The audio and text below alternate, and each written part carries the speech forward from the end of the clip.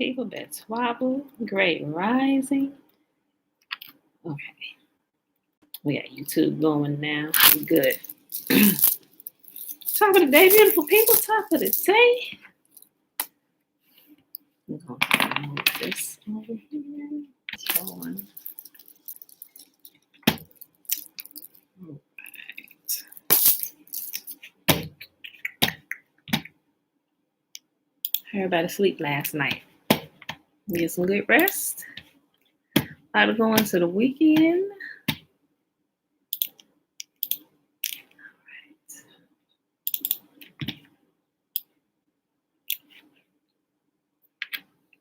All right.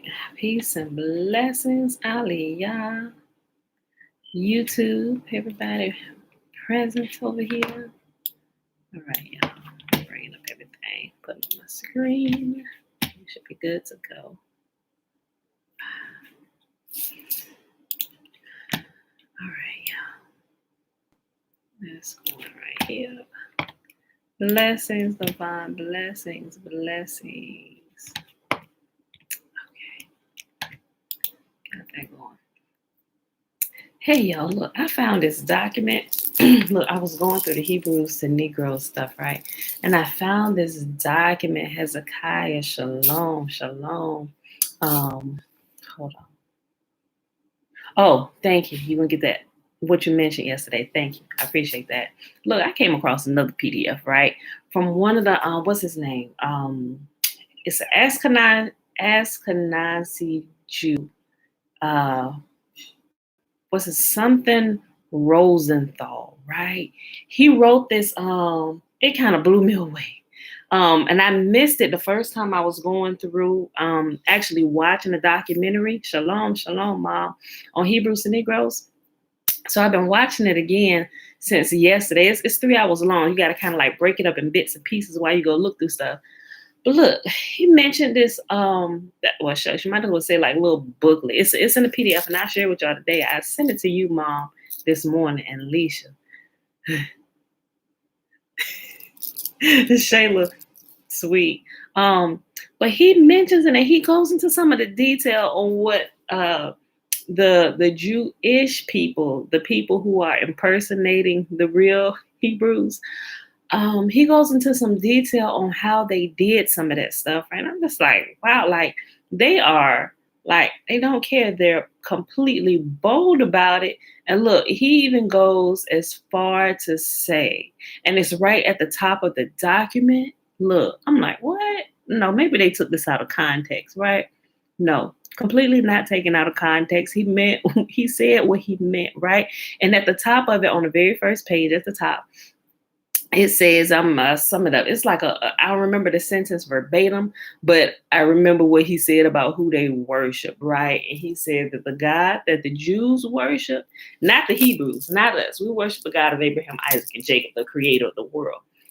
He said that the Joo-ish people, the ones over that have the world food now, I can't make this stuff up, y'all. He said that the God they worship is Lucifer himself. I'm like, shut your mouth. Like, I already knew that. But to hear one of them say it, I'm like, and I started reading through. Yo, I got through probably about 10 pages of it. Yo, I'm going to share it with y'all today. Look, I know all of y'all want to, because there's some people, they get distracted. Somebody going to be saying you throwing up the sixes, Mom. This is like, okay, but you know, you just got them folk, all of y'all, boy. But anyway, they distracted. They worry about the wrong thing anyway. Look, I'm gonna send y'all that pamphlet. I'm just like, what? And it even goes into America and how they use the media to pretty much keep everybody's eyes. And he went into detail explaining how they picked the different races of people against each other so that they would be like, they wouldn't be paying attention to them. He talked about how good they are at doing this. He said it baffles them that America doesn't kick out every Jewish person that is here. And not just here, but wherever you find them, right? I'm just like, Get out of here. Y'all have to read. I know I be telling y'all again, y'all a bunch of stuff to read, but that completely blew my mind. I'm like, and they are not quiet about it at all.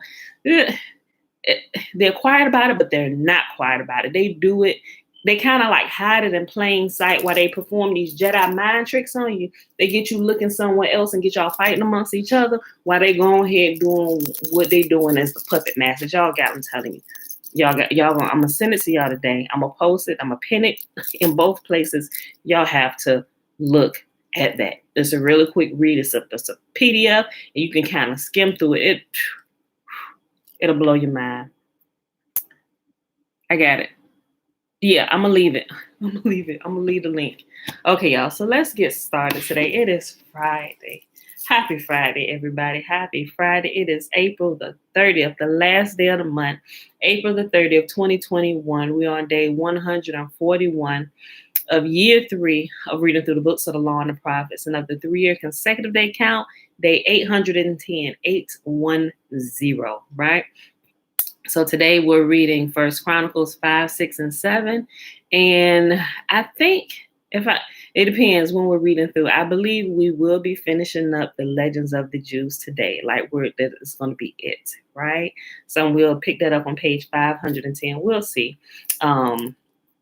If we don't get through all that today, we will completely be done with it tomorrow. But I'm thinking we should be done with it today. So let's go ahead and do the Shema, which is found in Deuteronomy Chapter 6. And we start at verse 3. Remember, but read the whole chapter in context. Y'all type, hey. Hear, therefore, O Israel, and observe to do it, that it may be well with you, and that you may increase mightily, as Yahuwah, the God of our fathers, has promised us, in a land that flows with milk and honey. Hear, pay attention, y'all.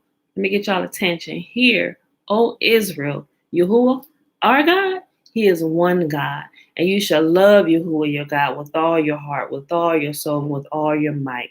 And these words which I command you this day shall be in your heart. And you shall teach them diligently unto your children, and shall talk of them when you sit in your house, and when you walk by the way, and when you lie down, and when you rise up. And you shall bind them for a sign upon your hand, and they shall be as frontlets between your eyes. And you shall write them on the posts of your house and on your gates. And Yahuwah commanded us to do all these statutes, to fear Yahuwah our God for our good always, that He might preserve us alive as it is at this day. And it shall be our righteousness if we observe to do all these commandments before Yahuwah our God, as He has commanded us.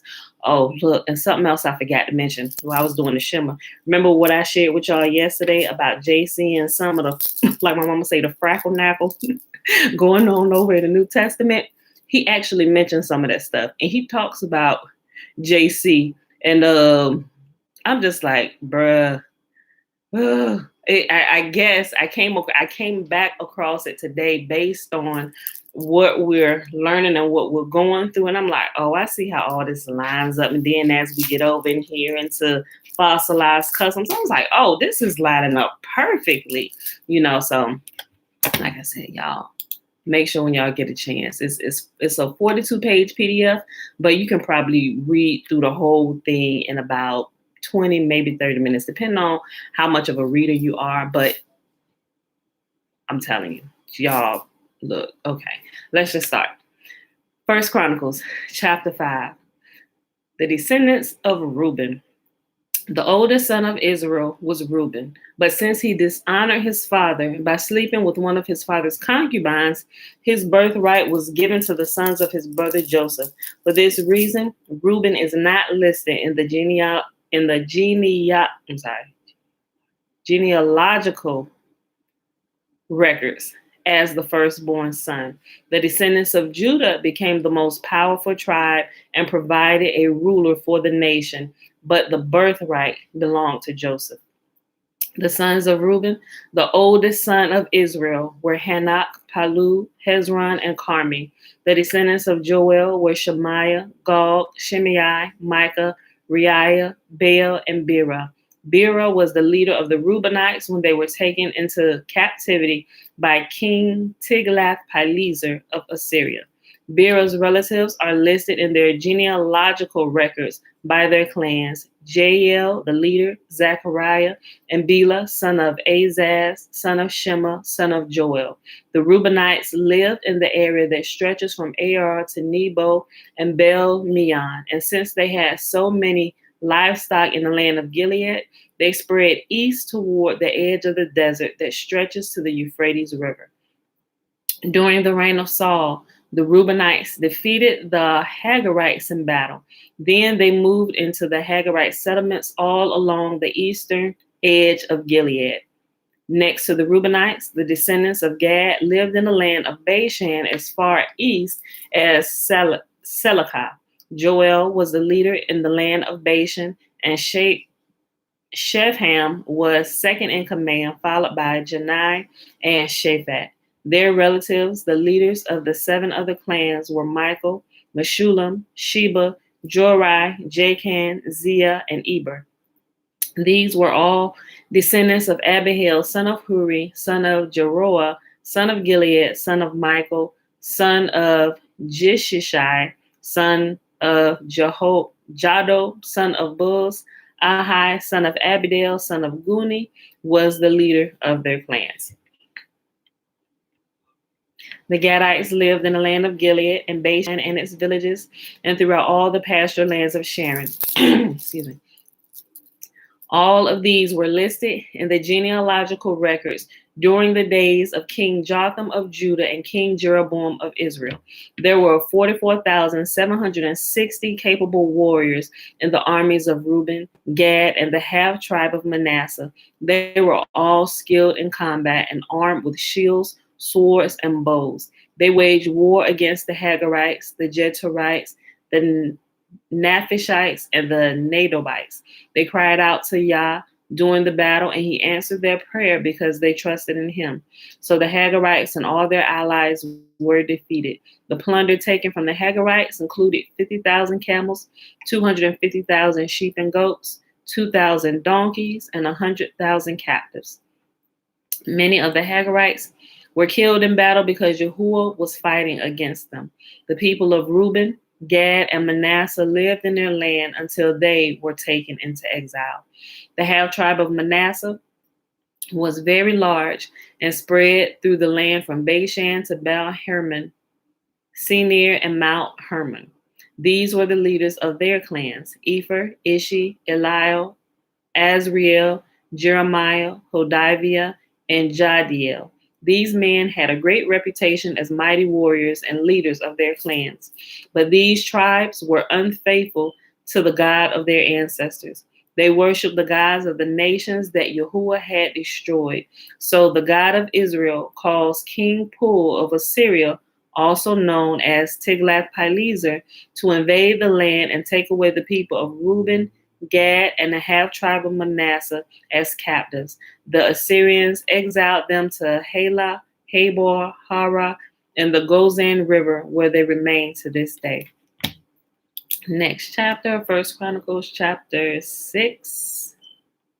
The sons of Levi were Gershon, Kohath, and Merari. The descendants of Kohath included Amram, Ishar, Hebron, and Uzziel. The children of Amram were Aaron, Moses, and Miriam. The sons of Aaron were Nadab, Abihu, Eleazar, and Ithamar. Eleazar was the father of Phinehas. Phinehas was the father of Abishua. Abishua was the father of Buki. Buki was the father of Uzi. Uzi was the father of Zariah. Zariah was the father of Marioth. Marioth was the father of Amira. Amira was the father of Ahitub. Ahitub was the father of Zadok. Zadok was the father of Ahimaaz. Ahimaaz was the father of Azariah. Azariah was the father of Johanan. Johanan was the father of Azariah, the high priest at the temple built by Solomon in Jerusalem. Azariah was the father of Amariah. Amariah was the father of Ahitub. Ahitub was the father of Zadok.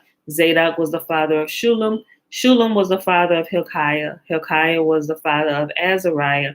Azariah was the father of Sariah. Sariah was the father of Jehozadak, who went into exile when Yahuwah sent the people of Judah and Jerusalem into captivity under Nebuchadnezzar.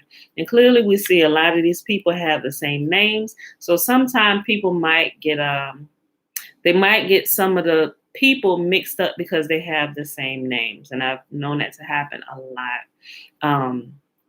So that's why other scrolls and documents make some things a little bit more clear so you don't get some people mixed up just because they have the same names. All right, the Levite clans. The sons of Levi were Gershon, Kohath, and Merari. The descendants of Gershon included Libni and Shimei. The descendants of Kohath included Amram, Ishar, Hebron, and Uzziel. The descendants of Merari included Mali and Mushi. The following were the Levite clans listed according to their ancestral descent.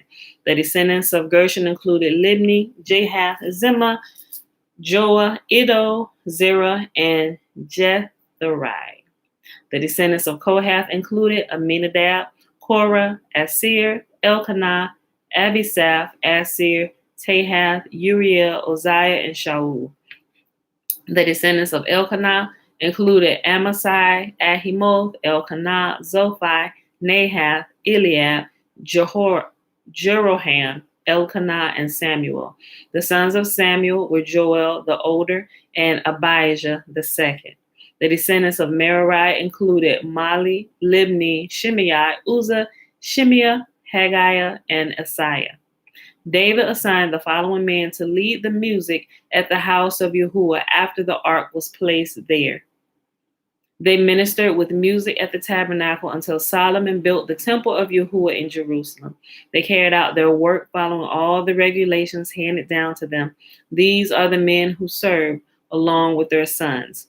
Haman, the musician, was from the clan of Kohath. His genealogy was traced back through Joel, Samuel, Elkanah, Jehoram, Eliel, Toa, Zuth, Elkanah, Mahath, Amasai, Elkanah, Joel, Azariah, Zephaniah, Tahath, Asir, Abisaph, Korah, Ishar, Kohath, Levi, and Israel. Haman's first assistant was Asaph from the clan of Gershon. Asaph's genealogy was traced back through Berechiah, Shimea, Micah, Basia, Malchijah, Ethni, Zerah, Adiah, Ethan, Zimmah, Shimei, Jahath, Gershon, and Levi. Haman's second assistant was Ethan from the clan of Merari. Ethan's genealogy was traced back through Cushi, Abdi, Maluk, Hashabiah, Amaziah, Hilkiah, Amaziah, Bani, Shemer, Mali, Mushi, Merari, and Levi. Their fellow Levites were appointed to various other tasks in the tabernacle, the house of Yahuwah. Only Aaron and his descendants served as priests. They presented the offerings on the altar of burnt offering and the altar of incense, and they performed all the other duties related to the most holy place. They made atonement for Israel by doing everything that Moses, the servant of Yahuwah, commanded them. The descendants of Aaron were Eleazar, Phinehas, Abishua, Buki, Uzi, Zerahiah, Merioth, Amariah, Ahitub, Zadok, and Ahimaaz. This is the record of the towns and territory assigned by means of sacred lots to the descendants of Aaron who were from the clan of Kohath. This territory included Hebron and its surrounding pasture lands in Judah, but the fields and outlying areas belonging to the city were given to Caleb, son of Jephunneh. So the descendants of Aaron were given the following towns, each with its pasture lands: Hebron, a city of refuge; Libnah, Jatir, Eshtemoa, Holon, Dibir, Ain, Juttah, and Beth Shemesh. And from the territory of Benjamin, they were given Gibeon, Geba, Alimeth, and Anathoth, each with its pasture lands. So 13 towns were given to the descendants of Aaron. The remaining descendants of Kohath received 10 towns from the territory of the half-tribe of Manasseh by means of sacred lots. The descendants of Gershon received by sacred lots 13 towns from the territories of Issachar, Asher, Naphtali, and from the Bashan area of Manasseh, east of the Jordan. The descendants of Merari received by sacred lots 12 towns from the territories of Reuben, Gad, and Zebulun. So the people of Israel assigned all these towns and pasture lands to the Levites. The towns and the territories of Judah, Simeon, and Benjamin, mentioned above, were assigned to them by means of sacred lots. The descendants of Kohath were given the following towns from the territory of Ephraim, each with its pasture lands: Shechem, a city of refuge, in the hill country of Ephraim, Gezer, Jokneam, Beth Horon, Ajalon, and Gath Rimmon. The remaining descendants of Kohath were assigned the towns of Aner and Bileam from the territory of the half tribe of Manasseh, each with its pasture lands. The descendants of Gershom received the towns of Golan, in Bashan, and Ashtaroth from the territory of the half tribe of Manasseh, each with its pasture lands. From the territory of Issachar, they were given Kadesh, Deborah, Ramoth, and Anim, each with its pasture lands. From the territory of Asher, they received Mashal, Abdon, Hakuk, and Rehob, each with its pasture lands. From the territory of Naphtali, they were given Kadesh in Galilee, Haman, and Kiriathaim, each with its pasture lands. Y'all stay with me. We almost done. Verse 77. The remaining descendants of Merari received the towns of Jokneam, Karta, Remnon, and Tabor from the territory of Zebulun, each with its pasture lands. From the territory of Reuben, east of the Jordan River opposite Jericho, they received Bezer, a desert town, Jahaz, Kedimoth, and Mephath, each with its pasture lands. And from the territory of Gad, they received Ramoth in Gilead, Mahanaim, Heshbon, and Jezir, each with its pasture lands. Okay, last chapter for today, 1 Chronicles chapter 7. Okay, so remember, Levi, the entire tribe of Levi, Yahuwah said he was our portion, right? So the tribe of Levi, although they didn't have a designated area, portion of land set aside for them, they had portions of land in all of the other 11 tribes. Because remember, the Levites were the priests. They were ones in direct communication with Yahuwah, and Yahuwah took them and divided Levi within all the other tribes, right? So they pretty much had priests and spokespersons, those who all they do is go to Yah and give the word, where everybody has different jobs and tasks they have to do, just like the body. The eyes were created to see, the nose to smell, mouth to speak, ears to hear, hands, you get it, right? So the priests were like the ears and the eyes of Yah that he set in the midst of all his people where he had them, while they were in the land, as well as while we are still scattered, right? So you will find Levi with land, although the entire land, like this is the land that belongs to Judah. Within Judah, there is portions of land that the tribe of Judah has set aside and given to Levi, so that they and their families and everything that belonged to them, they have a place to stay. So it weren't like Levi was all out there, we ain't got nowhere to go. No, you got a place to go.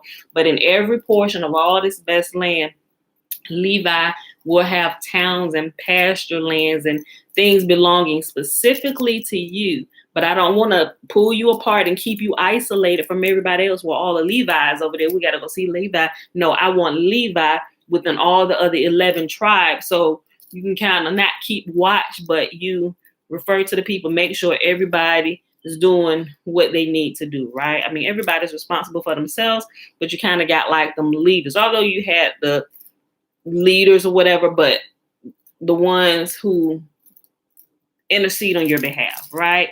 That's them. So they had places within everybody's land. All y'all understand that, I'm sure, but just in case somebody didn't, I just kind of wanted to make that a little bit more clear. Okay, last chapter for today, 1 Chronicles chapter 7. The descendants of Issachar. The four sons of Issachar were Tola, Pua, Jeshub, and Shimron. The sons of Tola were Uzi, Raphaniah, Jeriel, Jami, Ibsam, and Shemuel. Each of them was the leader of an ancestral clan. At the time of King David, the total number of mighty warriors listed in the records of these clans was 22,600. The son of Uzi was Izrahiah. The sons of Izrahiah were Michael, Obadiah, Joel, and Ishiah. These five became the leaders of clans. All of them had many wives and many sons, so the total number of men available for military service among their descendants was 36,000. The total number of mighty warriors from all the clans of the tribe of Issachar was 87,000. All of them were listed in their genealogical records. 3 of Benjamin's sons were Bela, Becher, and Jediel. The 5 sons of Bela were Ishban, Uzi, Uziel, Jeremoth, and Eri. Each of them was a leader of an ancestral clan. The total number of mighty warriors from these clans was 22,034, as listed in their genealogical records. The sons of Becher were Zemira, Joash, Eliezer, Elionai, Omri, Jeremoth, Abijah, Anathoth, and Alameth. Each of them was the leader of an ancestral clan. The total number of mighty warriors and leaders from these clans was 20,200 as listed in their genealogical records. The son of Jediel was Bilhan. The sons of Bilhan were Jeush, Benjamin, Ehud, Kenath, Zethan, Tarshish, and Ahishahar. Each of them was a leader of an ancestral clan. From these clans, the total number of mighty warriors ready for war was 17,200. The sons of Ir were Shupim and Hupim. Husham was the son of Aher. The sons of Naphtali were Jaziel, Guni, Jezer, and Shillem. They were all descendants of Jacob's concubine, Bilhah. The descendants of Manasseh through his Aramean concubine included Azriel, as she bore Machir, the father of Gilead. Machir found wives for Hupim and Shupim. Machir had a sister named Makkah. One of his descendants was Zelophehad, who only had daughters. Machir's wife, Makkah, gave birth to a son whom she named Peresh. His brother's name was Sheresh. The sons of Peresh were Ulam and Racham. The son of Ulam was Bedan. All these were considered Gileadites, descendants of Machir, son of Manasseh. Machir's sister, Hamoleketh, gave birth to Ishdad, Abiezer, and Malmalah. The sons of Shemitah were Ahian, Shechem, Likhi, and Aniam.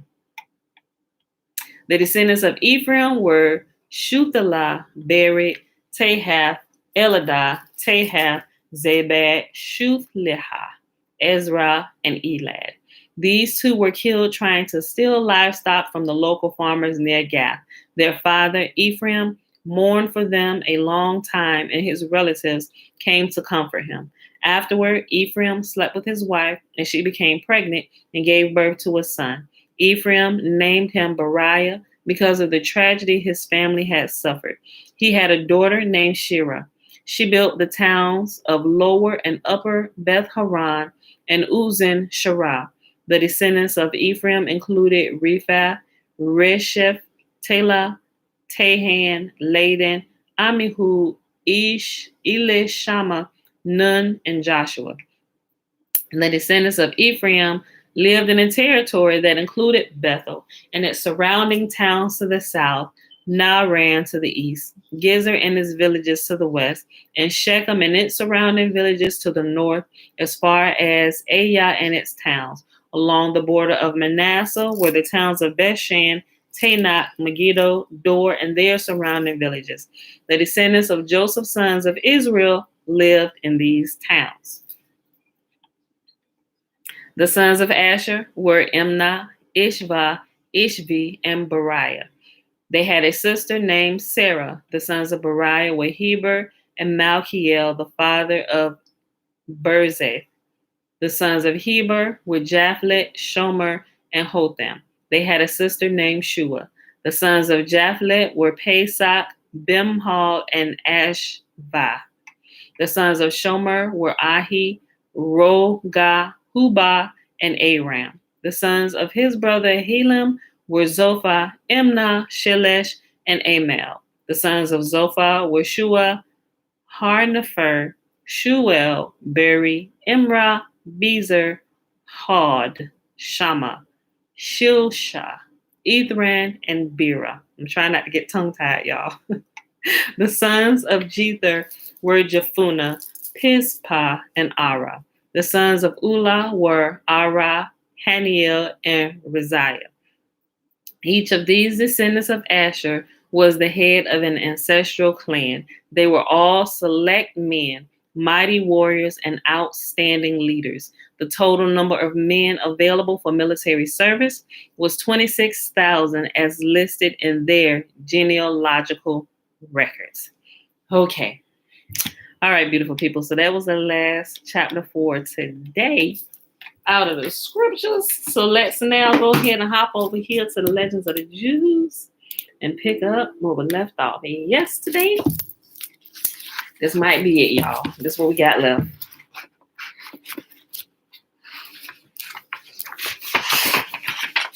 Oh, my G. We're going to be done today. And we only at 31 minutes, too. I ain't going to know what to do with myself when we get done. All right. Shucks, we might be done before we hit the hour mark. Okay. The fall of Haman, y'all.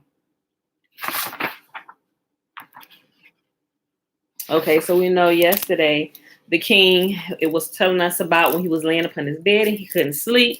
The angels was messing with him, wouldn't let him sleep. He was hearing stuff. He called for the readers to read through some of the stuff that happened. That's when he found out that Mordecai saved his life. So he called in Haman, but the angels had warned him ahead of time that the person who was really his enemy is the one who was going to come and suggest this, this, and this. And when Haman came in and he suggested this, the king, he immediately knew that Haman was the culprit. Although he wasn't quite, he was putting it together, but he didn't have the full picture just yet. Okay, so the fall of Haman. Haman was soon to find out that he had gone far afield in supposing himself to be the man whom the king delighted to honor. The king's command ran, "Hasten to the royal treasure chambers, fetch thence a cover of fine purple, a raiment of delicate silk, furnished forth with golden bells and pomegranates, and bestrewn with diamonds and pearls, and the large golden crown which was brought me from Macedonia upon the day I ascended the throne.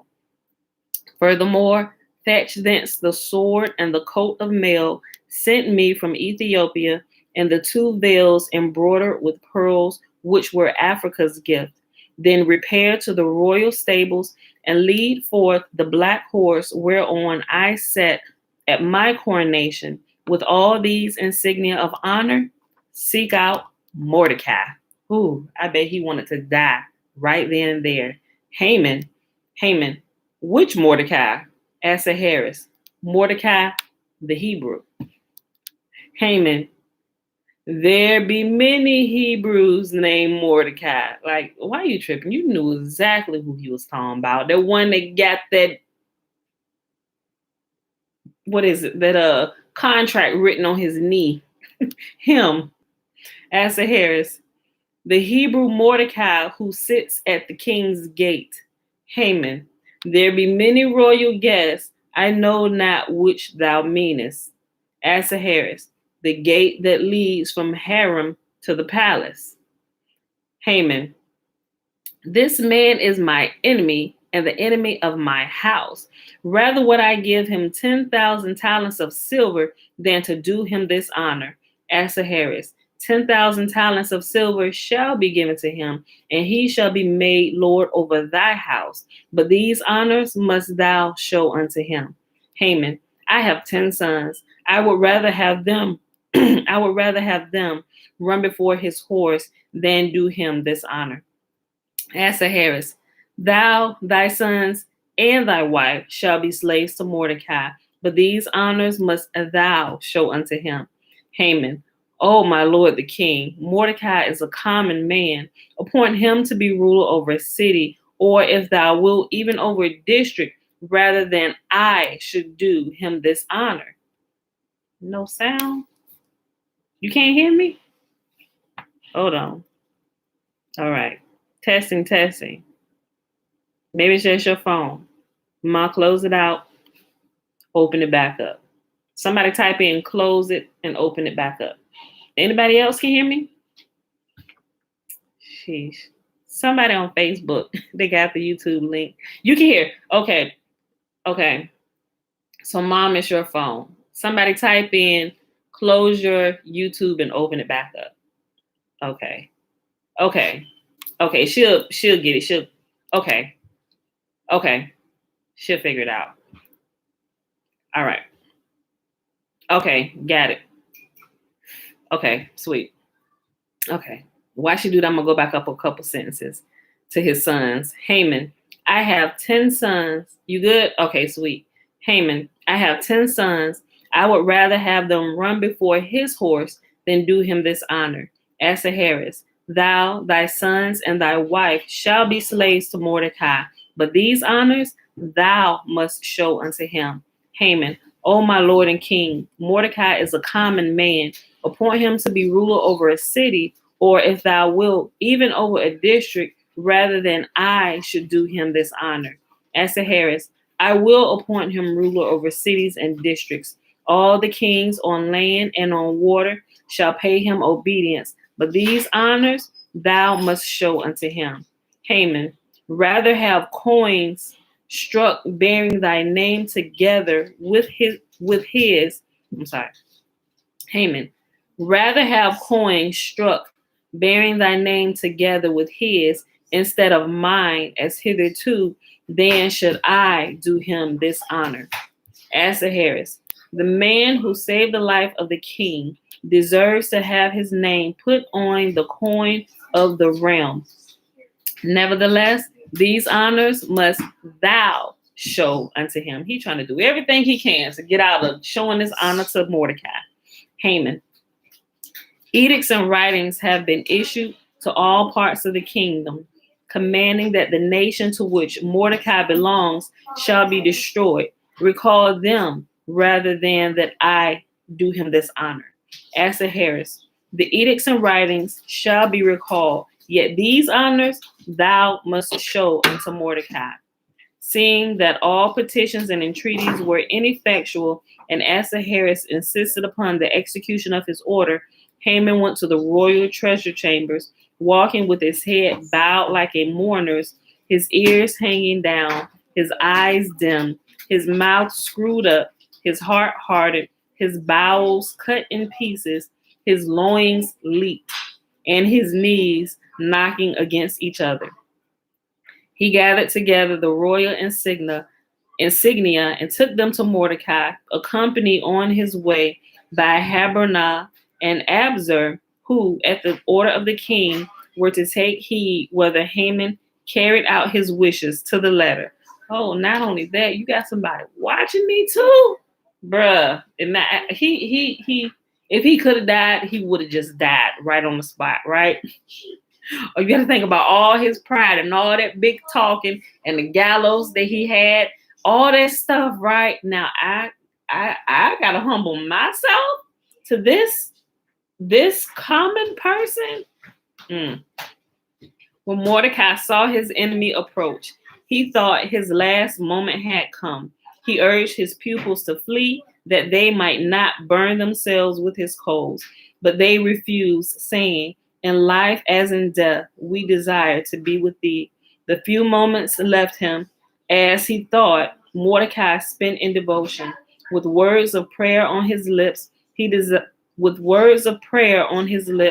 he desired to pass away. Haman, therefore, had to address himself to the pupils of Mordecai. What was the last subject taught you by your teacher, Mordecai? They told him that they had been discussing the law of the Omer, the sacrifice brought on the very day so long as the temple had stood. At his request, they described some of the details of the ceremony of the temple connected with the offering. He exclaimed, "Happy are you that your 10 farthings with which you bought the wheat for the omer produced a better effect than my 10,000 talents of silver, which I offered unto the king for the destruction of the Hebrews." Meantime, Mordecai had finished his prayer. Haman stepped up to him and said, "Arise, thou pious son of Abraham, Isaac, and Jacob. Thy sackcloth and ashes availed more than my 10,000 talents of silver, which I promised unto the king. They were not accepted, but thy prayers were accepted by thy Father in heaven." Mordecai, not yet disabused of the notion that Haman had come to take him to the cross, requested the grace of a few minutes for his last meal. Only Haman's repeated protests assured him. When Haman set about arraying him with the royal apparel, Mordecai refused to put it on until he had bathed and had dressed his hair.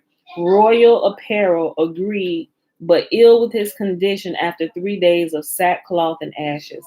As luck would have it, Esther had issued the command that the bath keepers and barbers were not to ply their trades on that day, and there was nothing for Haman to do but perform the menial services Mordecai required. Haman tried to play upon the feelings of Mordecai. Fetching a deep sigh, he said, "The greatest in the king's realm is now acting as a bath keeper and barber. Not only this, but I gotta cut this man's hair and help him clean himself too. Like, oh, to the depths I have fallen." Fetching a deep sigh, he said, "The greatest in the king's realm is now acting as a bath keeper and barber." Mordecai, however, did not permit himself to be imposed upon. He knew Haman's origin too well to be deceived. He remembered his father, who had been bath keeper and barber in the village. Haman's humiliation was not yet complete. Mordecai, exhausted by his 3 days fast, was too weak to mount his horse unaided. Haman had to serve him as a footstool, and Mordecai took the opportunity to give him a kick right in the butt. I added that last part. It's sentence stopped at kick. I added right in the butt. I'll read it again. Haman's humiliation was not yet complete. Mordecai, exhausted by his 3 days fast, was too weak to mount his horse unaided. Haman had served him as a footstool, and Mordecai took the opportunity to give him a kick. Haman reminded him of the scriptural verse, "Rejoice not when thy enemy falleth, and let not thine heart be glad when he is overthrown." Oh, so now you know our scriptures where you want to repeat them back to me, right? Yeah, no. I hope you felt every bit of my foot. Mordecai, however, hey, calm down in there, y'all. Mordecai, however, refused to apply it to himself, for he was chastising not a personal enemy, but the enemy of his people. And of such it is said in the scripture, "And thou shalt tread upon the high places of thine enemies." Finally, Haman caused Mordecai to ride through the streets of the city and proclaimed before him, "Thus shall it be done unto the man whom the king delighted to honor." In front of them, they marched 27,000 youths, detailed for this service. Yes. Why don't let me get in the game? Hey, y'all let her get in the game. Okay, well, give her the right controller. Go play, sis. In front of them marched 27,000 youths, detailed for this service from the court. In their right hands, they bore golden cups and golden beakers in their left hands. And they too proclaimed, "Thus shall it be done unto the man whom the king delighted to honor." The procession, furthermore, was swelled by the presence of the Hebrews. They, however, made a proclamation of different tenor. "Thus shall it be done," they cried out, "unto the man whose honor is desired by the king that hath created heaven and earth." Them not. Joshua, Isaiah, and Josiah. No. Help her get the right controller. Mom, remember you only got 3 Pro controllers? Josh, you didn't have 4. I want one like this. Well, and let her get in the next round. Okay, just go. Be patient. No, I want Zay's controller. Okay, well you can take his when they're done with that round. Then you can play. Hey, loser gets off and let her take a turn. Go. Hey, hush. I'm reading. Be quiet, y'all. All right, y'all. Thus shall be done, they cried out, unto the man whose honor is desired by the king. Hold on, y'all. I'm sorry. Give me one moment. Just 1 second. 1 second. Little girl, you want to be quiet and wait? She doesn't know how to play the game. We're gonna cut it off all together. That's You not need to wait. It's only 3 of these wireless ones, so you need to wait. If somebody die, y'all go to the next one, pause, and let her hop in, let her do the next round. Bella, keep quiet and just wait your turn. No, wait. Okay.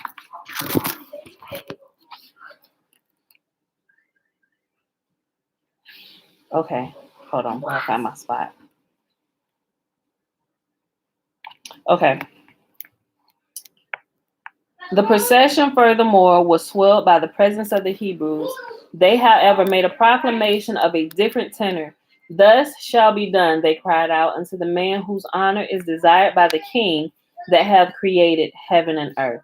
As they rode along, Mordecai gave praise to Yahuwah. I will extol thee, O Yah, for thou hast raised me up and hast not made my foes rejoice over me. O Yah, my God, I cried unto thee, and thou hast healed me. O Yah, thou hast brought my soul up from Sheol. Bella, I'm going to send you upstairs. All of y'all, hush. O Lord, my God, I cried unto thee, and thou hast healed me. O Lord, thou hast brought up my soul from Sheol. Thou hast kept me alive, that I should not go down to the pit. Whereupon his pupils joined in. Sing praise unto Yahuwah, O ye saints of his, and give thanks to his holy name. For his anger is but for a moment, in his favor is life. Weeping may tarry for the night, but joy cometh in the morning. Haman added the verse thereto. As for me, I said in my prosperity, I shall never be moved. Thou, Lord, thou, Lord, of thy favor, has made my mountain to stand strong. Thou didst hide thy face. I was troubled. Oh, Haman, you know a whole lot about these scriptures, huh? That you joined in and offered a verse. And thou didst hide thy face. I was troubled. Queen Esther continued, I cried out to thee, O Yah, and unto Yahuwah I made supplication. What profit is there in my blood when I shall go down to the pit? Shall the dust praise thee? Shall it declare thy truth? The whole concourse of Hebrews present cried out, Thou hast turned from me my mourning into dancing. Thou hast loosed my sackcloth and girded me with gladness, to the end that my glory may sing praise to thee and not be silent. O Lord my God, I will give thanks unto thee forever. When this procession passed the house of Haman, his daughter was looking out of the window. She took the man on the horse to be her father, and the leader of it, Mordecai. Raising a vessel filled with offal, she emptied it out over the leader. Raising a vessel filled with offal, she emptied it out over the leader, her own father. Scarce had the vessel left her hand when she realized the truth, and she threw herself from the window and lay crushed to death on the street below. In spite of the sudden change in his fortunes, Mordecai ended the eventful day as he had begun it, in prayer and fasting. No sooner was the procession over than he put off the royal robes, and again, covering himself with sackcloth, he prayed until night fell. Haman was plunged in the mourning, partly on account of the deep disgrace to which he had been subjected, partly on the account of the death of his daughter. Neither his wife nor his friends could advise him how to mend his sad fortunes. They could hold out only sorry consolation to him. If this Mordecai is of the seed of the saints, thou wilt not be able to prevail against him. Thou wilt surely encounter the same fate as the kings in their battle with Abraham and Abimelech in his quarrel with Isaac. As Jacob was victorious over the angel with whom he wrestled, and Moses and Aaron caused the drowning of Pharaoh and his host, so Mordecai will overcome thee in the end. Calm down in there, y'all. While they were yet talking, the king's chamberlains came and hastily carried Haman off to the banquet Esther had prepared, to prevent him and his influential sons from plotting against. While they were yet talking, the king's chamberlains came and hastily carried Haman off to the banquet Esther had prepared, to prevent him and his influential sons from plotting against the king. Ahasuerus repeated his promise to give Esther whatever she desired, always expecting the restoration of the temple. This time, casting her eyes heavenward, Esther replied, "If I have found favor in thy sight, O supreme king, and if it please thee, O king of the world, let my life be given me, and let my people be rescued out of the hands of its enemy." Ahasuerus, thinking these words were addressed to him, asked in irritation, "Who is he and where is he, this presumptuous conspirator who thought to do thus?" These were the first words the king had ever spoken to Esther herself. Hitherto, he had always communicated with her through an interpreter. He had not been quite satisfied she was worthy enough to be addressed by the king. Now made cognizant of the fact that she was a Hebrew and of royal descent besides, he spoke directly to her without the intervention of others. Esther stretched forth her hand. Hey, calm down, y'all. Y'all too loud. Esther stretched forth her hand to indicate the man who had sought to take her life, and Esther stretched forth her hand to indicate the man who had sought to take her, as he had actually taken Vashti's, but in the excitement of the moment, she pointed to the king. Fortunately, the king did not observe her error, because an angel guided her hand instantaneously in the direction of Haman, whom her words described. "This is the adversary and the enemy, he who desired to murder thee in thy sleeping chamber during the night just past. He who this very day desired to array himself in the royal apparel, ride upon thy horse, and wear thy golden crown upon his head, to rise up against thee and deprive thee of thy sovereignty. But Yahuwah set his undertaking at naught, and the honors he sought for himself fell to the share of my uncle Mordecai, who this oppressor and enemy thought to hang." The anger of the king already burnt so fiercely that he hinted to Esther that whether Haman was the adversary she had in mind or not, she was to designate him as such. To infuriate him still more, Yahuwah sent 10 angels in the guise of Haman's 10 sons to fell down the trees in the royal park. When Ahasuerus turned his eyes toward the interior of the park, he saw the ruthless destruction of which they were guilty. In his rage, he went out into the garden. This was the instant utilized by Haman to implore grace for himself from Esther. Gabriel intervened and threw Haman upon the couch in a posture as though he was about to do violence to the queen. At that moment, Ahasuerus reappeared. Enraged beyond description by what he saw, he cried out, "Haman attempts to honor the queen in my Honor, it says honor. I think it should be dishonor, but let me just keep reading. Haman attempts to honor the queen in my very presence. Come then, ye peoples, nations, and races, and pronounce judgment over him. When Haberna, originally a friend of Haman and an adversary of Mordecai, heard the king's angry exclamation, he said to him, nor is this the only crime committed by Haman against thee, for he was an accomplice of the conspirators, Bigthan and Teresh, and his enmity to Mordecai dates back to the time when Mordecai uncovered their foul plots. Out of revenge, therefore, he has erected a cross for him.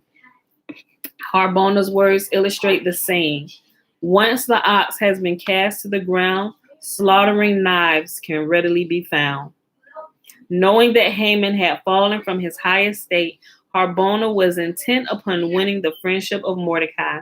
Harbona was altogether right, for Ahasuerus at once ordered Haman to be hanged. Mordecai was charged with the execution of the king's order, and Haman's tears and entreaties did not in the least move him. He insisted upon hanging him like the commonest of criminals instead of executing him with the sword, the mode of punishment applied to men of rank guilty of serious misdemeanors. The cross which Haman, at the advice of his wife Zeresh and of his friends, had erected for Mordecai, was now used for himself. It was made of wood from a thorn bush. Yahuwah called all the trees together and inquired which one would permit the cross for Haman to be made of it. The fig tree said, I am ready to serve, for I am symbolic of Israel, and also my fruits were brought to the temple as first fruits. The vine said, I am ready to serve, for I am symbolic of Israel, and also my wine is brought to the altar. The apple tree said, I am ready to serve. I am symbolic of Israel. The nut tree said, I am ready to serve, for I am symbolic of Israel. The entrog tree said, I shall have the privilege, for with my fruit, Israel praises Yahuwah on Sukkot. The willow of the brook said, hold on, I need a sip of water.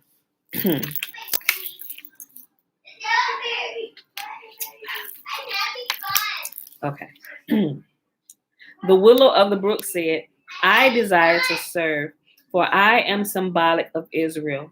The cedar tree said, I desire to serve, for I am symbolic of Israel. The palm tree said, I desire to serve, for I am symbolic of Israel. Finally, the thorn bush came and said, I am fitted to do this service. Joshua, you're too loud. Finally, the thorn bush came and said, I am fitted to do this service, for the ungodly are like pricking thorns. The offer of the thorn bush was accepted after Yahuwah gave a blessing to each of the other trees for its willingness to serve.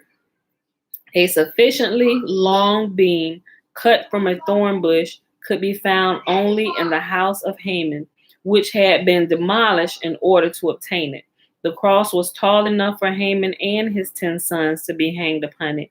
It was planted 3 cubits deep in the ground. Each of the victims required 3 cubits space in length. 1 cubit space was left vacant between the feet of the one above and the head of the one below. And the youngest son, that Bezatha, had his feet 4 cubits from the ground as he was hung. Haman and his 10 sons remained suspended a long time, to the vexation of those who considered it a violation of the biblical prohibition in Deuteronomy not to leave a human body hanging upon a tree overnight. Esther pointed to a precedent. The descendants of Saul, whom the Gibeonites left hanging half a year, whereby the name of Yahuwah was sanctified. For whenever the pilgrims beheld them, they told the heathen that the men had been hanged because their father Saul had laid hand on the Gibeonites. How much more then, continued Esther, are we justified in permitting Haman and his family to hang, they who desired to destroy the house of Israel? Besides, these 10 sons, who had been governors in various provinces, Haman had 20 others, 10 of whom died, and the other 10 of whom were reduced to beggary. The vast fortune of Haman the vast fortune of which Haman died possessed was divided in three parts. I'm sorry. The vast fortune of which Haman did possess was divided in three parts. The first part was given to Mordecai and Esther, the second to the students of the Torah, the third was applied to the restoration of the temple. Mordecai thus became a wealthy man. He was also set up as king of the Hebrews. As such, he had coins struck which bore the figure of Esther on an obverse and his own figure on the reverse. However, in the measure in which Mordecai gained in worldly power and consideration, he lost spiritually because the business connected with his high political station left him no time to study the Torah. Previously, he had ranked sixth among the eminent scholars of Israel. He now dropped to the seventh place among them. Ahasuerus, on the other hand, was the gainer by the change. As soon as Mordecai entered upon the office of Grand Chancellor, he succeeded in subjecting to his sway the provinces that had revolted on account of Vashti's execution. All right, I'm going to read this last little section and we are going to be done. I know we're at 101, but this little paragraph, we might as well go on and finish right now. The Edict of the King. The edict issued against the Hebrews was revoked by Ahasuerus in the following terms. King Ahasuerus sends this letter to all the inhabitants of water and earth, to all the rulers of districts, and to generals of the army who dwell in every country. May your peace be great. I write this to you to inform you that although I had rule over many nations, over the inhabitants of land and sea, yet I am not proud of my power, but would rather walk in lowliness and meekness of spirit all my days, in order to provide for you great peace. Unto all who dwell under my dominion, unto all who seek to carry on business on land or on sea, unto all who desire to export goods from one nation to the other, from one people to the other, unto them all I am the same, from one end of the earth to the other. And none may seek to cause excitement on land or sea, or enmities between one nation and another, between one people and another. I write this because, in spite of our sincerity and honesty with which we love all the nations, revere all the rulers, and do good to all the potentates, there are nevertheless people who were near to the king, and into whose hand the government was entrusted, who by their intrigues and falsehoods misled the king and wrote letters which are not right before heaven, which are evil before men and harmful for the empire. This was the petition they requested from the king, that righteous men should be killed, and most innocent blood be shed of those who have not done any evil, nor were guilty of death, such righteous people as Esther, celebrated for all virtues, and Mordecai, wise in every branch of wisdom. There is no blemish to be found in them, nor in their nation.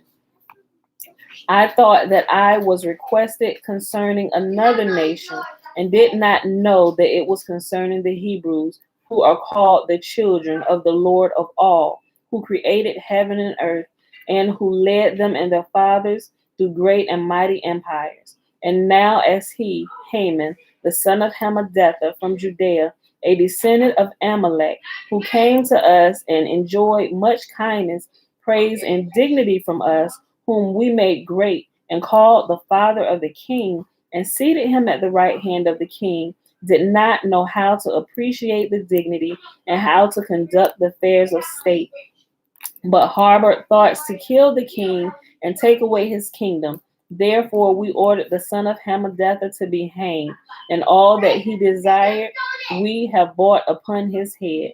And the creator of heaven and earth, brought his machinations upon his head. As a memorial of the wonderful deliverance from the hands of Haman, the Hebrews of Shushan celebrated their arch enemy. Hold on. As a memorial of the wonderful deliverance from the hands of Haman, the Hebrews of Shushan celebrated the day their arch enemy had appointed for their extermination, and their example was followed by the Hebrews of the other cities of the Persian Empire and by those of other countries. Yet the sages, when besought by Esther, refused at first to make it a festival for all times, lest the hatred of the heathen be excited against the Hebrews. They yielded only after Esther had pointed out to them that the events on which the holiday was based were perpetrated in the annals of the kings of Persia and Media, and thus the outside world would not be able to misinterpret the joy of the Hebrews. Esther addressed another petition to the sages. She begged that the book containing her history should be incorporated in the Holy Scriptures because they shrank from adding anything to the triple canon consisting of Torah, the prophets, and the hagiographa. They again refused, and again they had to yield to Esther's argument. She quoted the words from Exodus. Write this for a memorial in a book spoken by Moses to Joshua after the battle of Rephidim with the Amalekites. They saw that it was the will of Yahuwah to immortalize the warfare waged against the Amalekite Haman.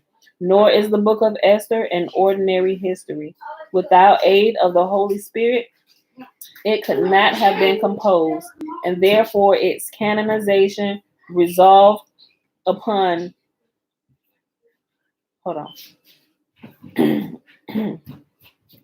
Without aid of the Holy Spirit, it could not have been composed, and therefore its canonization resolved upon below was endorsed above. As the book of Esther became an integral and indestructible part of the Holy Scriptures, so the Feast of Purim will be celebrated forever, now and in the future world. And Esther herself, by her pious deeds, acquire a good name both in this world and in the world to come. And that, my beautiful people, is the end of the Legends of the Jews. I feel some kind of way. It's like we're about to leave a good friend, right? This has been a good friend to us, right? It has enlightened us on a lot of stuff with a lot of scriptures to light. I sure hope you guys enjoyed all of it just as I have. We read every word. All right, y'all. So that's that. Tomorrow we begin fossilized customs, and we go in here breaking up more of the lies that we have been taught over the millennia while we have been scattered to the four corners of the earth. Make sure when y'all get a chance before the weekend pass, even if you get a chance to do it after we get off of here today, this PDF that I'm going to pin in here for y'all, read it. Listen to what this Jewish guy said. The Jewish guy, not Hebrew. Jewish guy. Listen to what he said, and some of they frackle-knackle and they shenanigans that they have put into play on the real people of the book, the true descendants of Jacob, right? The sons and daughters of Jacob who have been scattered. But not only us, they have fooled the entire world. And he goes on further to say that the God that they truly worship is Satan. No, they don't say Satan. They say Lucifer, right? They say the God we worship is Lucifer, right? He says that, like he says it proudly. And so some people who have been taken by some of the practices that the Jews are doing, even some of our people who are waking up, returning to their Hebraic roots, are not realizing this about the Jewish people. And I think I will go as far as to say, as some of the Jewish people, if not a lot of them alive today, are themselves well, we know scripture says that they would inherit lies too, right? But those who are waking up, and I'm saying Yahuwah is opening their eyes and wait a minute, we are not these people. What are we doing, right? They are being they are being like excommunicated from their people. Like the Jewish people don't want to hear them. They call them traitors. Like, get away from here, you traitor, this and this and that. And it's like they're, and Yahuwah has allowed it, you know, but blessed be Yahuwah that he has opened their eyes and they decided, you know what, we're going to speak the truth because we are going to be held accountable for this and what our ancestors did. And some of them are repenting and for true desire, hoping that Yahuwah will forgive them and their forefathers, and they are truly heartbroken and sorry about this, right? Some of them are just kind of repenting because we think we're gonna sidestep some of this judgment coming. Maybe we may miss a little bit of it, but your heart's still not right, bruh. You haven't come to true repentance yet. But when you get a chance, y'all gotta read that. Some of the stuff that he said and how they just pull the wool over everybody's eyes and keep them pitted, keep the races pitted against one another while they working their magic in the background, doing what they do, just taking over everything. Y'all got to read it. Y'all got it because it's going to be really good. If you get a chance to read it today, it'll start making a lot of sense. I mean, simply because I've read through this and I started reading that letter, it brings some other things to light, especially like I said, with what I shared yesterday as well. And he goes in talking about some of the shenanigans over in the New Testament. Like he don't bite his tongue about what he says about JC. I'm like, well, go ahead and speak the truth. I mean, we just found this out not too long ago, but clearly they knew. Like, and they make fun of people. It's like, these people are stupid. We're gonna keep doing this. If they're gonna believe, you keep pushing this. This will further our cause. Yep, go ahead, praise JC. Go ahead and praise him. These people, keep on, yeah. Push it over here. They ain't paying attention to y'all. Matter of fact, I can speak loud. They're not paying attention to y'all. Go ahead and do this. Push this in. Move this. Just keep up ruckus over there between y'all. I'm telling you. Y'all just got to read it. Okay. So with that being said, y'all, look. Shalom, Joanne. Shalom.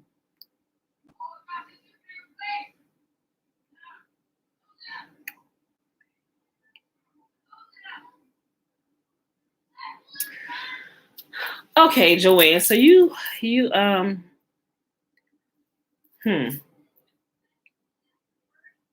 let's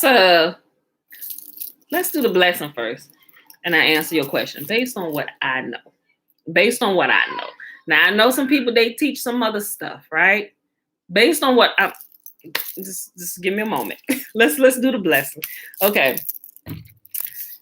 Today is it's Friday, April the 30th, 2021, day 141, year 3 of reading through the books of the law and the prophets, and of the 3-year consecutive day count, day 810, 810. Guys, we read 1 Chronicles 5, 6, and 7, and we finished up reading the entire book of the Legends of the Jews, page 510 to page 513.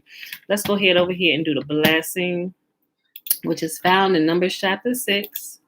Verses 22 through 27. Remember, the first 21 verses is the Nazarite vow. And Yahuwah spake unto Moses, saying, Speak unto Aaron and unto his sons, saying, On this wise ye shall bless the children of Israel, saying unto them, May Yahuwah bless us and keep us. May Yahuwah make his face to shine upon us and be gracious unto us. May Yahuwah lift up his countenance upon us and give us peace. And they shall put my name upon the children of Israel, and I will bless them. All right, beautiful people. Okay, so Joanne, hold on.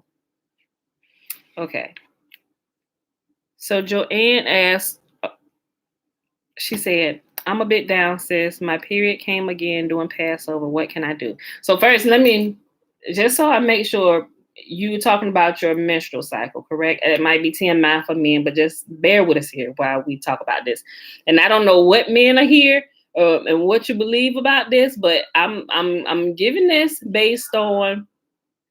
Okay, no, I'm giving you this based on, and it's not going to be like discussing talking about blood and nothing like that. But we're gonna kind of talk about. Okay, so if there are some people who are observing Passover, the second Passover. Remember, we celebrated Passover last month, right? But there are some people who have kept the 13th month, right? But we talked about that. We're not gonna get into that right now, but according to scripture, they're okay. Some people are celebrating Passover this month. Okay. And I don't necessarily see a problem with that, because when Yahuwah talks about Passover, he also mentioned, because there were a group of people who couldn't celebrate Passover because either they were unclean or they were out of town or they didn't know about it or something. So Yahuwah said, okay, they have a point.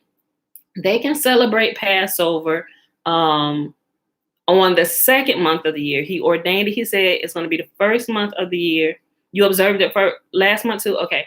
So he said it's to be the first month of the year. But for those who didn't get a chance to observe it for whatever reason, not that you just purposely didn't do it because, oh, I don't feel like doing it this month, I'm gonna do it next month since it is allowed, right? No, if there is some reason, according to what was going on then, if there was some reason where you were on duty or had to be away or whatever, he said then it's proper and you can celebrate Passover on the second month of the year, but you have to follow the same rules and regulations, and it's going to be on the 15th day of the second month, right?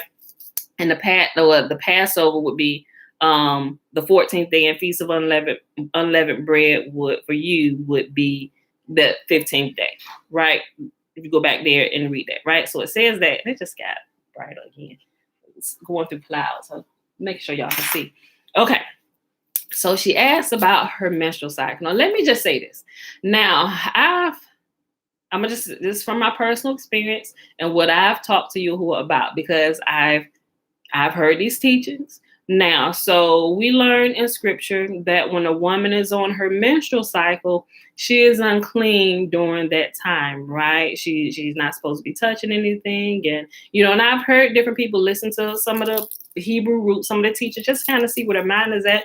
I would hear some women teaching, but then one of the men would ask one of the women to pray, and she would say, well, I can't pray because, and she was just said it like it was I can't pray because I'm on my monthly cycle. I'm like, what?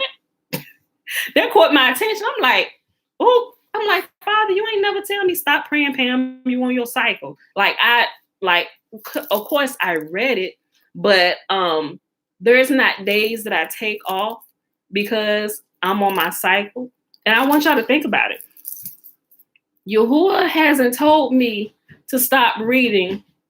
We've been reading 3 years consecutively, only taking the Sabbath off. How many cycles would I have had to go through? If it's once a month for 7 days, right? 7 days. So that's 12 cycles per year. So I've been 12, 24, we're quarter way through the year. I've had over 30, let me say that, 36, 24. So that will be at January, February, March, April. I've had at least 28 cycles, but I've been here every day. Like, I've never felt the conviction of y'all to not stand my post because I'm on my monthly cycle. Right now, I also understand that as time progressed, look, they called it back in the day a woman being on her rag or whatever, right? Now, I'm not saying it's 100% correct. I'm just saying my personal experience and what Yahuwah has and has not said to me. He has never told me that I could not partake in something because I was on my cycle.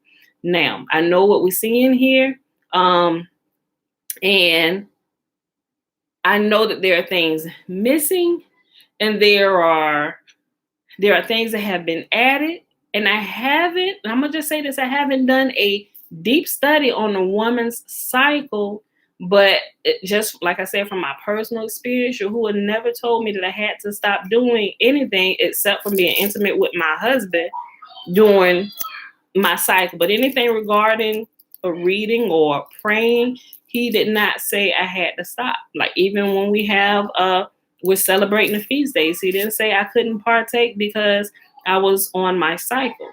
Also, Yahuwah never really mentioned that. And even with Passover, there was nobody,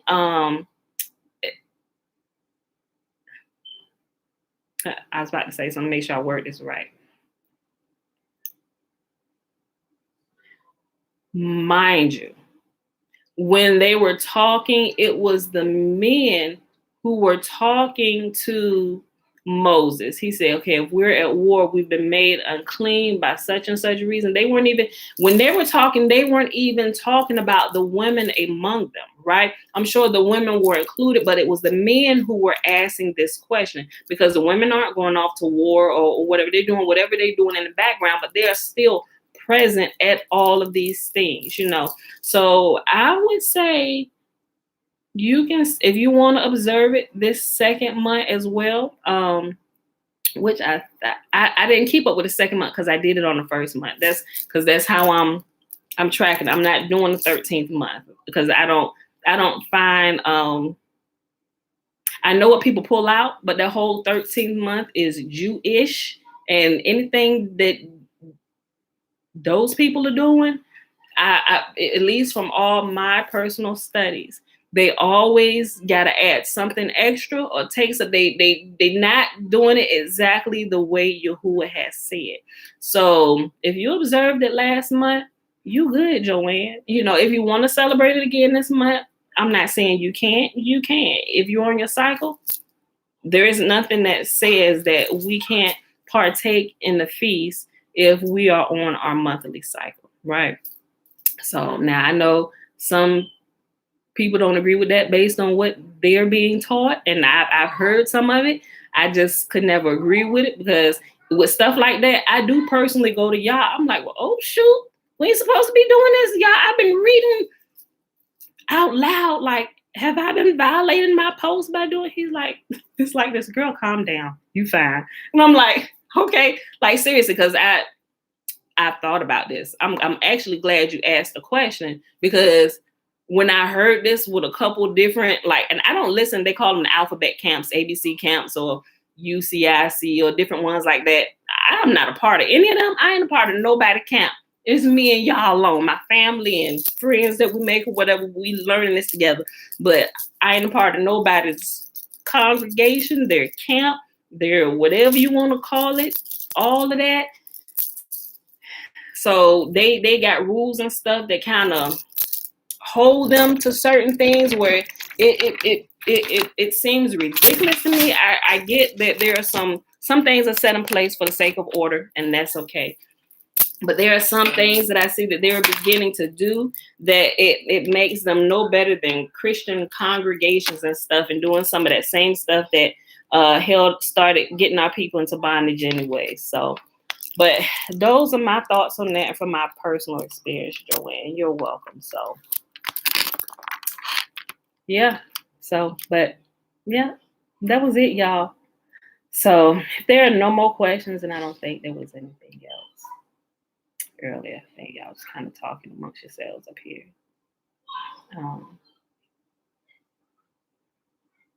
Yeah, I think that's good. That was it. All right, y'all. So with that being said, we can go ahead and roll out. We'll be here tomorrow, bright and early, 7:30 a.m. Eastern Standard Time, because it's Saturday. We get to sleep in a little bit longer. Embarrassing? Don't be embarrassed. Don't be embarrassed. Don't be embarrassed. But it's I'm actually glad you asked the question, because there could be some more people that's wondering about that, or some people that may come and watch this later, if they stay to the end of the video, would they're wondering about that, because it's I've seen a lot of stuff, especially in regards to this, you know. But we want to make sure that Father, I would be like, Father, I want to make sure I'm staying in line, I'm staying in order. I ain't trying to be like one of these rogue women out here, get myself stoned to death. So you got to help me, you know. So, and a lot of times I was realizing some of the teachings, especially from some of the camps and even the church, other places, it's off kilter, right? Especially in regards to Yahuwah's women, the daughters of Zion, right? They've done such an injustice with the teachings about the daughters of Zion that it makes me want to throw up. So it's like, Father, you're going to have to teach me this step by step. Like, I'll keep what's good, but I'm throwing away what's bad. Like, I ain't going to throw out the baby with the bathwater. Some stuff that they teach us, okay, it's good, you know, but some stuff, like, where you get that from? We ain't doing that. But and some of them will go toe to toe with you on like, oh, well, you in rebellion and this and this. Don't hang around with this sister. Keep your wives away from. Okay. And I will gracefully bow out of places like that. I ain't gonna argue with you. But now if Yahuwah comes back and say something to me, then I must oblige, right? Now I have to make adjustments. Example, like with my head wraps, right? Now y'all done heard this story before. Me, I love to wear my hair out with the dreads or whatever.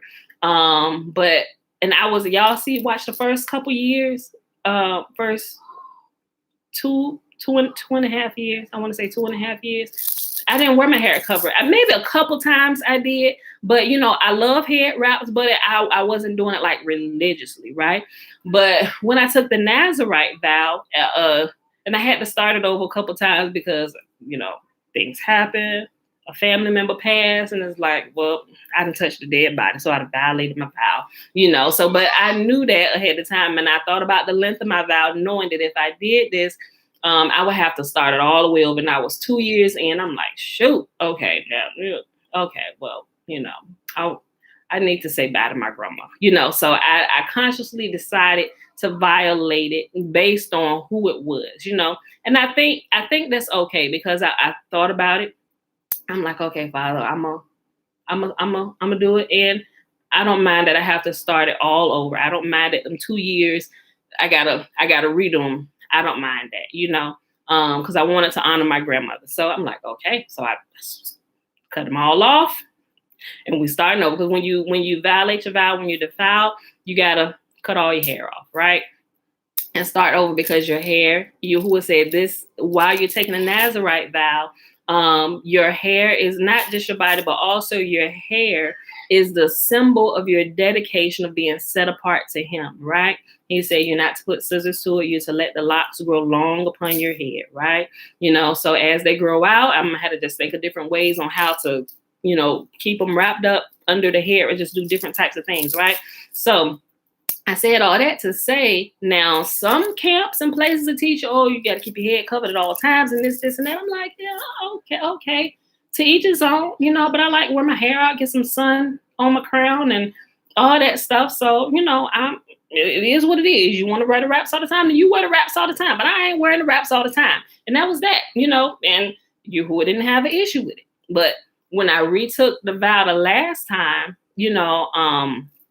so one day, and I told this story, it was back in September of last year. If you go back in September, if you scroll through my videos in September, you will see how the day where I started wearing the head wraps. And from that day I started wearing the head wraps, every time I come up here, when I'm in public view of people, I consider this public because people can see me. So I have my head wrapped. Go outside of my house, my hair be wrapped. But if I'm around my house, I ain't going out. My head is uncovered because I'm in my house. He said, when you go out, cover your head, right? So I'm like, okay. But when he said that, I'll tell the story again. So I was sitting on the side of the bed. I was laying down. I was praying. I was actually fasting at the time, right? So I was sitting on the side of the bed.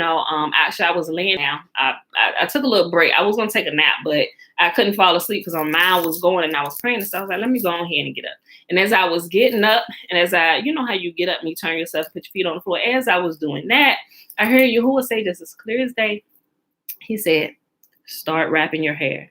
I said, and I think just like, how you look out the side of your eye at somebody, and I just like, opened my eye and I looked up to heaven. And I'm like, and I just did like that. And I wanted to say what now? But I knew it was him. I've been knowing the voice since I was a little girl. So I'm like, wait, who is that speaking? What? Huh? No, I knew it was him. And I just side-eyed him for a second. Looked down to the ground. I'm like, okay. I don't know why, but okay. Right? So all these things was going through my head. And at that point, I already had a bunch of head wraps. So I took a couple of them and I got up and I went into the bathroom and I started playing with the different head wraps, different styles and stuff, and finding videos on YouTube and trying to do different ones. And as I'm sitting there playing with, I'm like, okay, Father, I'm like, I ain't gonna ask you why I mean, there could be many reasons why.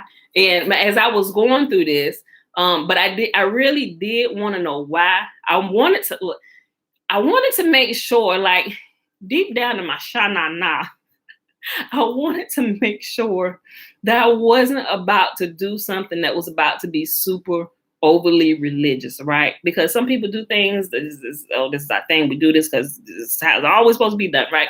I wanted to make sure it wasn't going to be one of those type of things. You know what Yahuwah said to me? Like, other people will wrap their hair out of religious reasons, but the reasons why I wrap my hair is because Yahuwah asked me to, and he told me why. I was wondering, I didn't ask him, I didn't want to ask him, I'm just gonna be obedient because there's a reason why.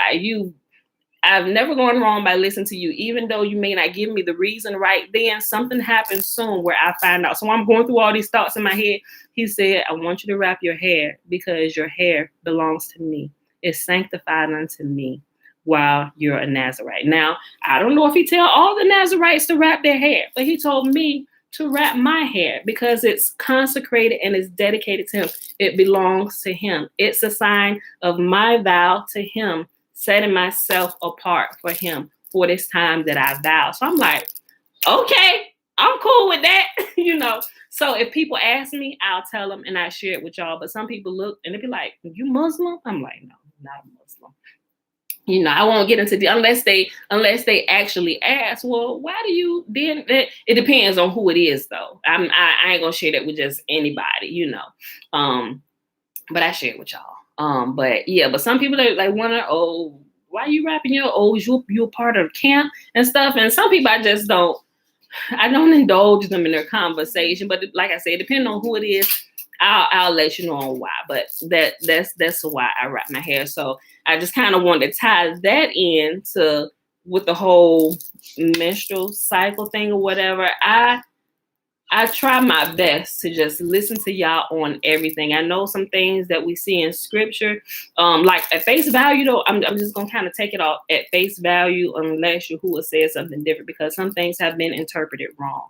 And I want to make sure, the best of my ability, we are interpreting it the proper way. But when it came to that with the cycle, I clearly know, based on what you kind of hear in some other camps, teachings being pushed, but I also know what Yahuwah told me to do by reading the scriptures, and that would be considered like if you go into other places or whatever, okay, well, you on your cycle, you can't stand before the people and do this because you are considered unclean, right? Yahuwah didn't tell me that, right? He said just keep on and take the Sabbath off. There should be no break. So I'm like, okay, so I just kind of read between the lines. Okay, Yahuwah, if this is cool with you and the only day I'm taking off is the Sabbath, then I'm okay, even during the feasts and stuff like that, right? Because shucks, the Sabbath is the most holy day of them all. It's one that he set aside on a weekly basis from beginning of time, and it will be celebrated even in the world to come, right? That's the most important, not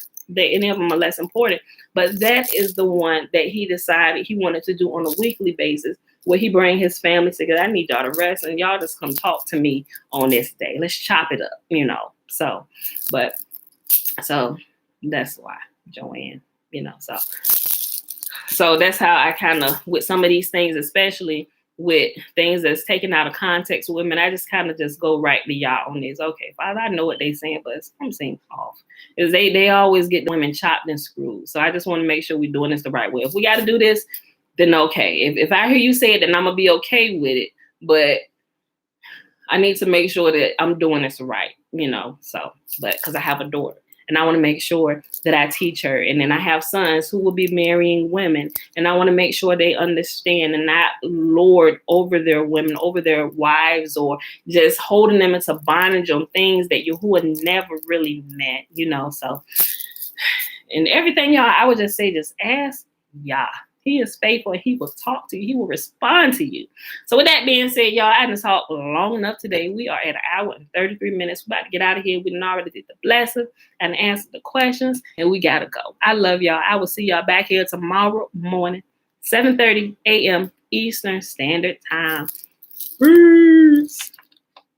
Oh, and I'm going to share the stuff I said I was going to share. So be watching for that in the next few minutes. All right. Bye, y'all.